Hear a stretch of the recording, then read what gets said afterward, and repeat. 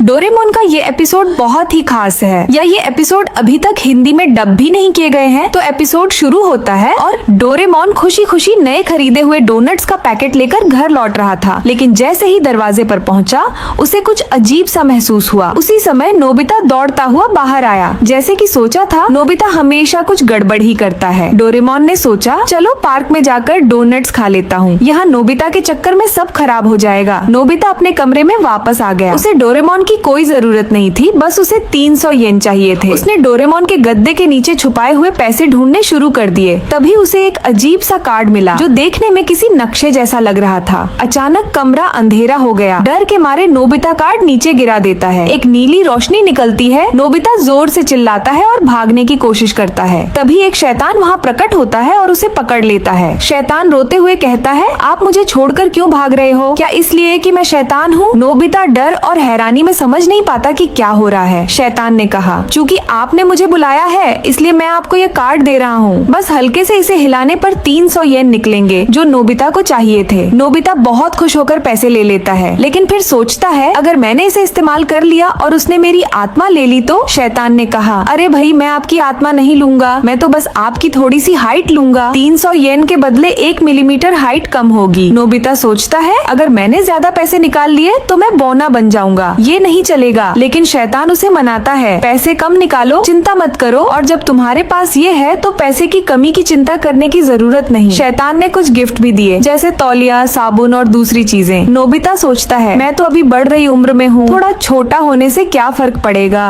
और वह मान जाता है। शैतान खुशी खुशी चला गया, लेकिन उसने नोबिता को याद दिलाया कि रात 12 बजे वह उसकी हाइट लेने आएगा। नोबिता खुद को चेक करता है कि यह सपना है या हकीकत। फिर वह खुशी खुशी कॉमिक्स खरीदने चला गया। डोरेमोन ने नोबिता को नई कॉमिक्स पढ़ते देखा और पूछा, तुम्हारे पास पैसे कहाँ से आए? नोबिता कुछ जवाब दिए बिना भाग गया। रात को नोबिता उत्साह से इंतजार करता है, फिर शीशे में अपनी हाइट चेक करता है, कुछ नहीं बदला था। वह फिर से पैसे निकालने लगा। डोरेमोन ने पूछा, तुम आधी रात को क्या कर रहे हो? नोबिता झूठ बोलकर सोने का नाटक करता है। अगले दिन नोबिता ने ढेर सारी नई कॉमिक्स खरीदी। शिजुका ने हैरानी से देखा और खरीदने के बारे में सोचा। नोबिता ने शिजुका को गिफ्ट देने के लिए तुरंत कॉमिक्स खरीद दी। शिजुका ने मना किया, लेकिन तभी छिपे हुए सूनियो और चाइन सब कुछ देख लेते हैं। वापस जाते समय चाइन ने रास्ते में नोबिता को रोका और उससे स्केटबोर्ड खरीदने के लिए कहा। नोबिता ने कहा, तुम लोग अपने पैसे से क्यों नहीं खरीदते? चाइन गुस्से में बोला, शिजुका के लिए खरीद सकते हो, हमारे लिए नहीं। नोबिता ने फिर से पैसे निकालकर स्केटबोर्ड खरीदा। अब नोबिता को अजीब सपने आने लगे। खाने के समय उसने कम खाना खाया। उसकी माँ को भी लगा कि उसकी हाइट कम हो रही है। डोरेमोन ने उससे हाइट चेक करने को कहा, लेकिन नोबिता भागकर अपने कमरे में गया और कार्ड को ताले में बंद कर दिया। डोरेमोन के हैरान होने पर वह वहाँ से भाग गया। नदी के पास चाइन और सूनियो ने फिर उसे रोका। चाइन ने किसी का शीशा तोड़ दिया था और सूनियो ने अपनी माँ का महंगा फूलदान। उन्होंने नोबिता को दोषी ठहराया, तुमने हमारे लिए स्केटबोर्ड खरीदा इसलिए ये सब हुआ। नोबिता ने कार्ड निकाला और फिर से पैसे निकाले। उसके पापा ने देखा कि वह पैसे निकाल रहा था। नीचे जाने पर उसके माता पिता खुशी खुशी पैसे निकालने लगे।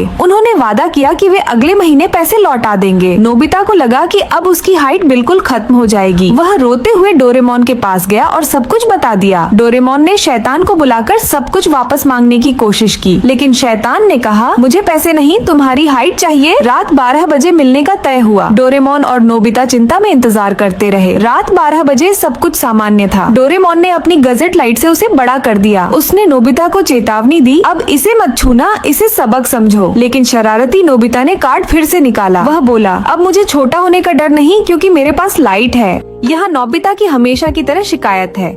वह डोरेमोन से एक ऐसा गैजेट मांगता है जो ज्ञान और सुने उसे परेशान नहीं कर सके। ओह मेरी गुडनेस, हमें ऐसा गैजेट कहाँ मिलेगा? ये सब इसलिए है क्योंकि तुम उन्हें चिढ़ाते हो। अगर तुम बेवकूफ सवाल पूछना बंद कर दो, सब ठीक होगा। यह सुनकर नोबिता को गुस्सा आता है। उसके बाद वह औरों के गैजेट को बेकार कहता है। मुझे सुनकर ही गुस्सा आता है।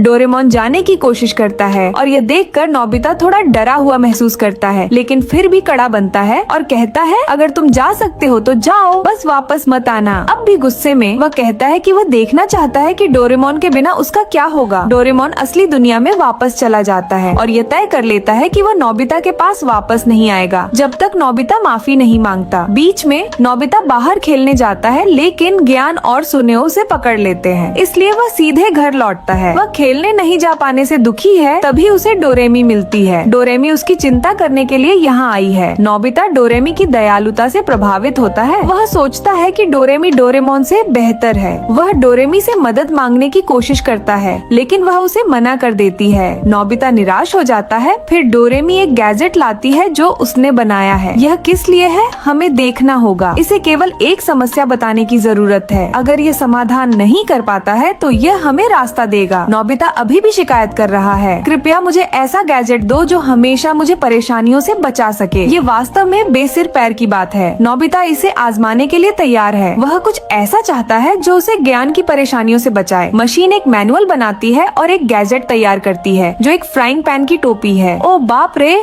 इसे सुनकर ही घिन आ रही है। क्या नोबिता वास्तव में इसे बनाएगा? तुम देख रहे हो, मुझे पता था कि ये सुनकर वह हार मान लेगा। डोरेमी उसके आत्मसम्मान को बढ़ाती है और कहती है कि उसे केवल निर्देशों का पालन करना है। क्या नोबिता इसे पूरा कर पाएगा? अंततः यह तैयार हो गया। अब हमें केवल परीक्षण करना है। जब वह सीढ़ियों से उतरता है तो उसकी माँ उससे मिलती है। निश्चित रूप से उसकी माँ उससे कुछ करने के लिए पूछने वाली है। उसकी माँ नोबिता को बुलाती है और वह पूरी बात कहने से पहले ही पलक झपकते ही गायब हो जाता है। जब वह सुनिश्चित करता है कि गैजेट बहुत अच्छा काम कर रहा है तो नोबिता तुरंत ज्ञान और सुनियो को परेशान करने जाता है, जिससे वे गुस्से में भर जाते हैं और उसकी पिटाई करना चाहते हैं। जल्दी से नोबिता बच निकलता है, उन्हें और अधिक परेशान करता है जब तक कि वे निराश न हो जाएं। घर लौटने के बाद और डोरेमी को अलविदा कहकर नोबिता सोचने लगता है और अपने लिए कुछ और उपयोगी गैजेट बनाने का प्रयास करता है। ओह, उसे एक आइडिया मिला। वह एक ऐसा वाहन बनाना चाहता है जो उड़ सके, जो डोरेमोन के पास भी नहीं है। फिर वह आसमान में चलने वाला यंत्र बनाने लगता है। उसने इसे खत्म कर लिया और यह तुरंत काम करना शुरू कर देता है। ओह, नोबिता ने यह कर दिया है। वह बादलों पर चल रहा है। उसे बहुत खुशी हो रही है। फिर वह शिजुका के घर के चारों ओर टहलने जाता है। उसे ऐसा कुछ देने की इच्छा है जो उसे पसंद आए। अपने कमरे में वह गलती से अलमारी में हिट हो जाता है और गिर जाता है। ऊपर देखकर ये डोरेमोन है जो बाहर आता है। फिर से एक बहस होती है। कोई भी पीछे हटने को तैयार नहीं। नोबिता ये सोचकर खुश है कि वह ऐसी गैजेट बना सकता है जो डोरेमोन से बेहतर है, जिससे डोरेमोन बहुत परेशान हो जाता है और फिर चला जाता है। नोबिता शिजुका के लिए एक गैजेट बनाने में लग जाता है। ऐसा एक बगीचा जिसमें 4 मौसम होते हैं और फूल उस मौसम के अनुसार होते हैं। ये सच में अद्भुत है, रंग बिरंगे फूलों से भरा। अन्य दोस्त इसे देखकर बहुत उत्साहित होते हैं और नोबिता से कुछ खास बनाने के लिए कहते हैं। जब वह खुशी खुशी वापस आता है तो नोबिता सुनियो को बाहर खड़ा देखता है, जो बुरी तरह से परेशान है। जब वह पूछता है तो उसे पता चलता है कि ज्ञान उसे परेशान नहीं कर सका, इसलिए ज्ञान ने सुनियो पर इल्जाम लगाकर उसे मारा। सुनियो नोबिता से एक गैजेट बनाने के लिए कहता है जो उसे मजबूत बनाए, लेकिन नोबिता मना कर देता है। हालांकि सुनियो जब उसे पैसे की पेशकश करता है तो सब कुछ बदल जाता है। एक रोबोट बनाया जाता है और इस रोबोट के साथ वह हाथी से भी नहीं डरता। ज्ञान तो छोड़ दो, जब वह सड़क पर टहल रहा होता है तो ज्ञान से दोबारा मिल जाता है। गैजेट न होने के कारण नोबिता खुद को पकड़वाता है। यदि वह मदद नहीं मांग सकता तो उसे ज्ञान की पिटाई सहनी पड़ेगी। नोबिता मजबूरी में एक और रोबोट बनाता है केवल 10 येन में। अंततः सुनियो और ज्ञान के एक जैसे रोबोट के बीच मुकाबला होने वाला है। ठीक उसी समय डोरेमी सामने आती है और नोबिता और डोरेमोन की स्थिति के बारे में पूछती है। इस समय ये बात ज्ञान और सुनियो की स्थिति से क्या फर्क डालती है? डोरेमी को सोचने की जरूरत है कि कैसे दोनों रोबोटों को लड़ा बिना रोका जाए और साथ ही डोरेमोन और नोबिता के बीच सुलह भी कराई जाए।